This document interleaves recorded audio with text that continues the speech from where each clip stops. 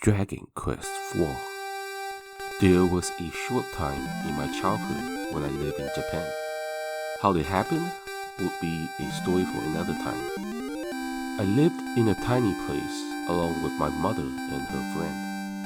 The NES has become more affordable by then, meaning the friend also had one. But there was only one game, and that was Dragon Quest IV.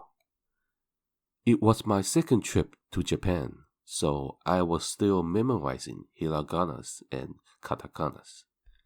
Playing an RPG fully in Japanese was quite the challenge. There was no alternative at the time, so it was on with the game for me.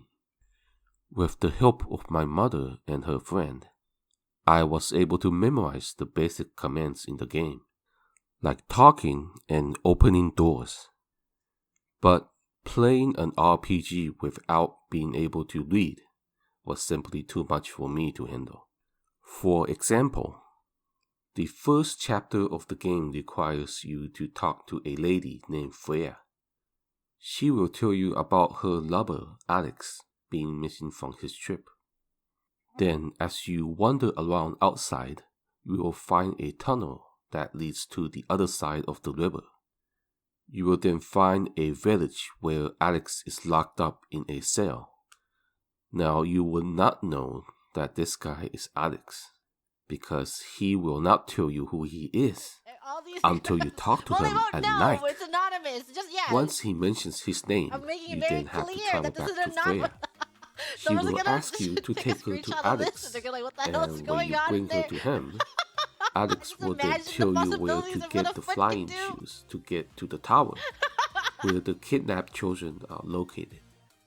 I was able to get through chapter 1 by just talking to everyone. But in order to beat the game, I needed help. I came across the official strategy guide at the local bookstore. It consisted of 2 books with a silver book cover. Not only did the book cover look awesome, it showed exactly where to go and what to do step by step. So I was able to progress my journey just by looking at the pictures on the book. The game has some really memorable parts that I remember to this day. I remember that giant-eyed guy next to the boss in chapter 1. He goes nuts when his eyes turns red and will attack twice and do critical hits at an insane rate.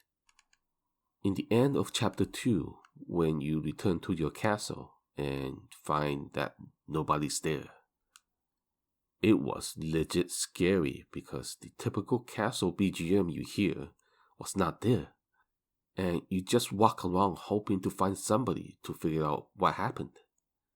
Chapter 3 was a great fun because I got to become a shopkeeper and sell items like an NPC while making money.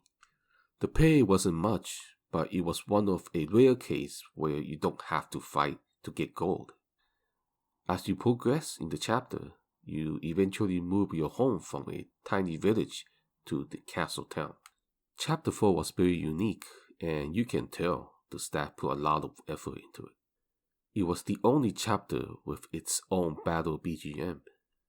The story is about 2 sisters planning their revenge against the person who murdered their father.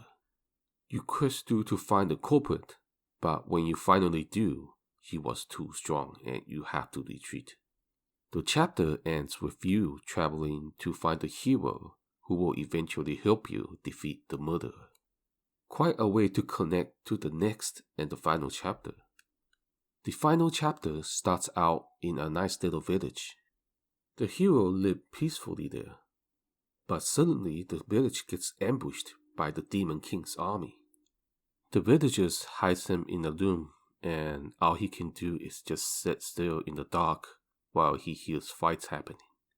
By the time things quiet down, the village becomes a ruin and everyone's already gone. What a way to start an adventure as a hero. The early part of the last chapter is to find all the protagonists from the previous chapters and recruit them into the party.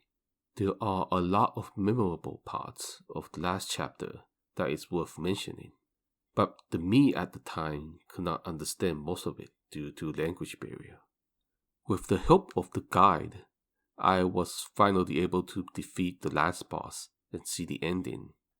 I remember watching the ending in front of a tiny little 12-inch TV under a deck blanket during the winter of Tokyo.